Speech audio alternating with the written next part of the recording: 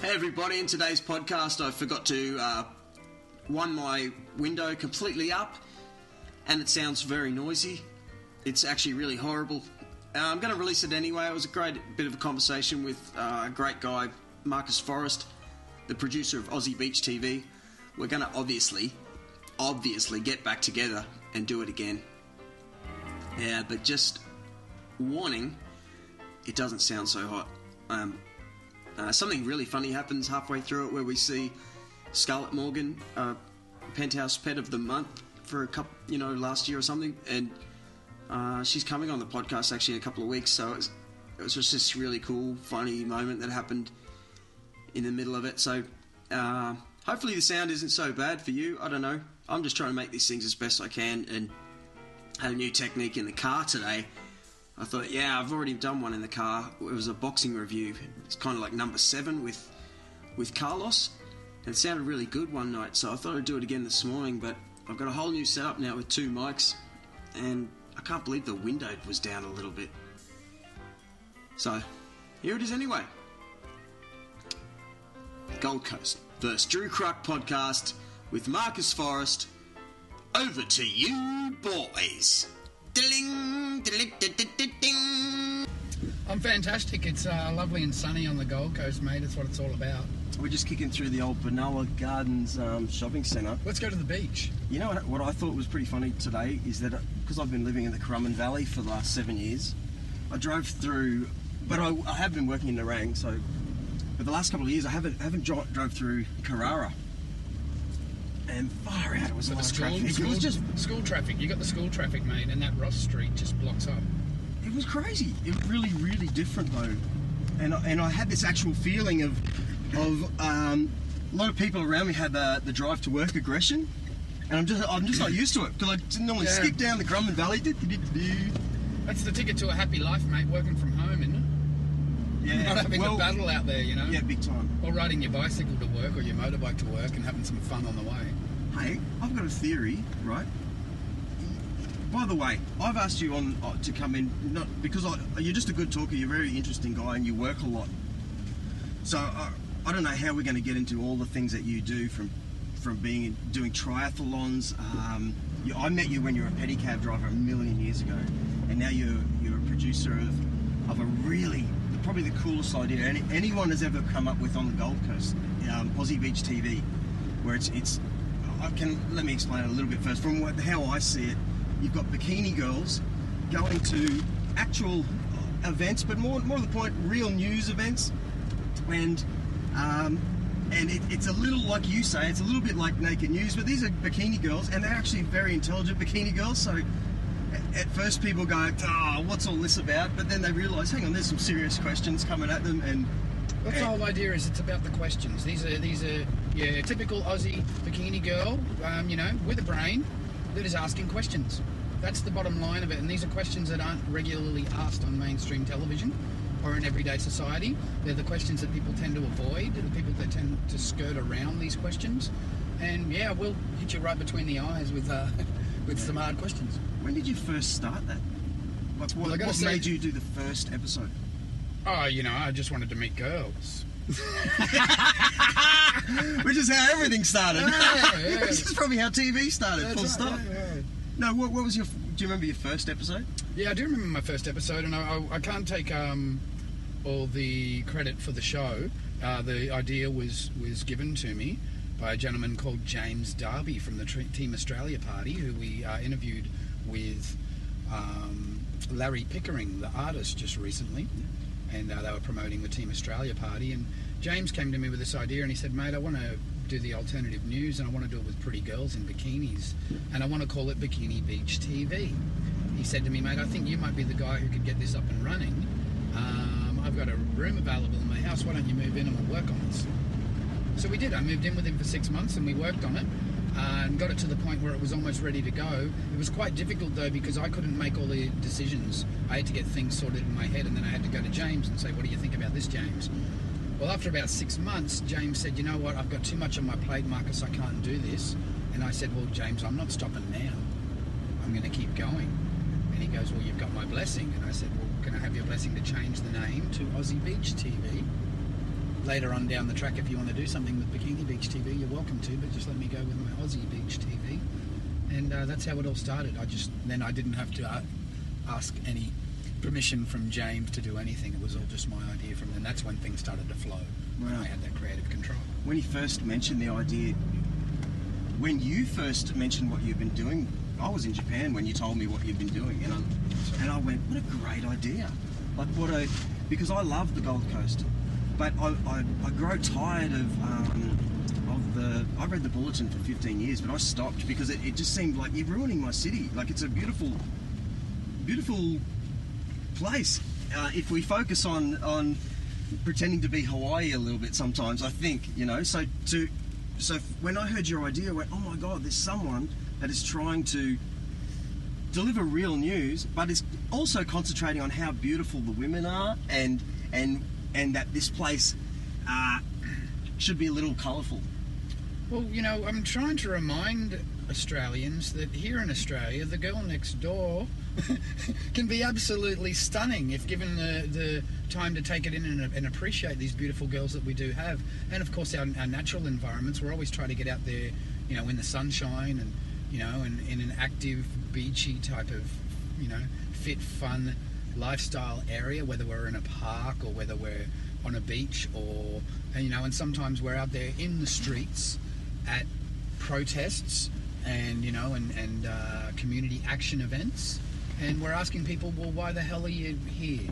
We're asking the questions that the mainstream media, like I said, tend to skirt around.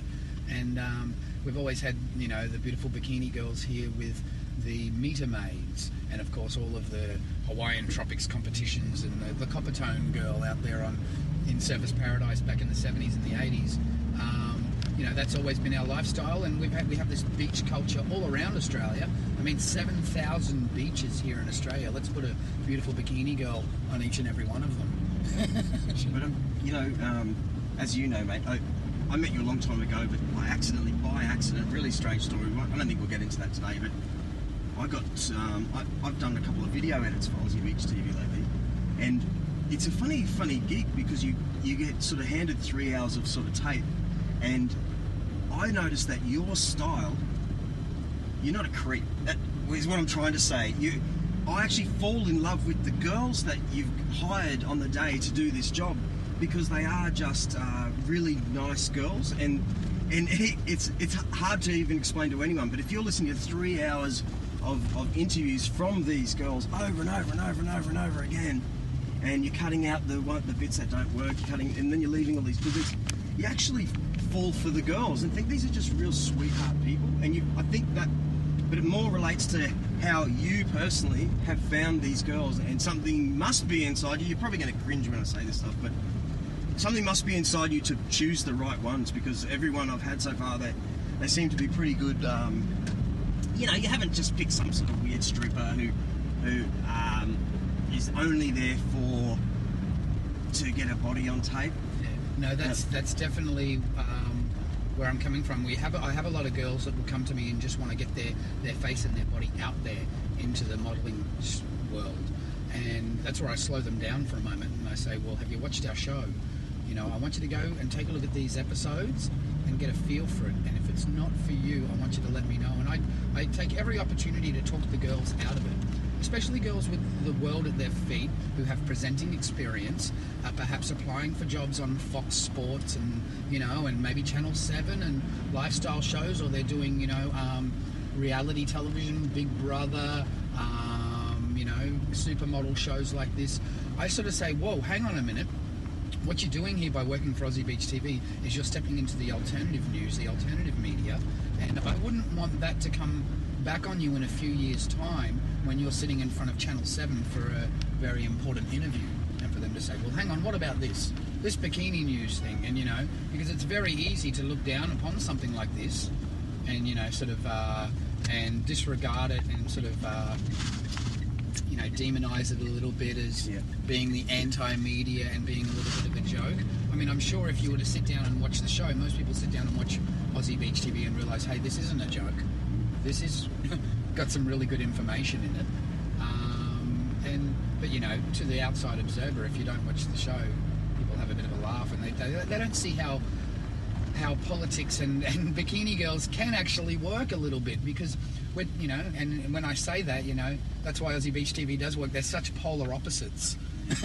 Yeah. But they kind of come to the middle and give a nice, comfortable little ground to talk about some serious issues. Yeah, and like I said, because I've done a few video edits, I noticed the subjects, so that when there's a beautiful bikini girl passing the mic to the guy she's interviewing, it's pretty interesting to me to see that the person, at first, maybe for a split second, they might be thinking, this is a bit of a joke, but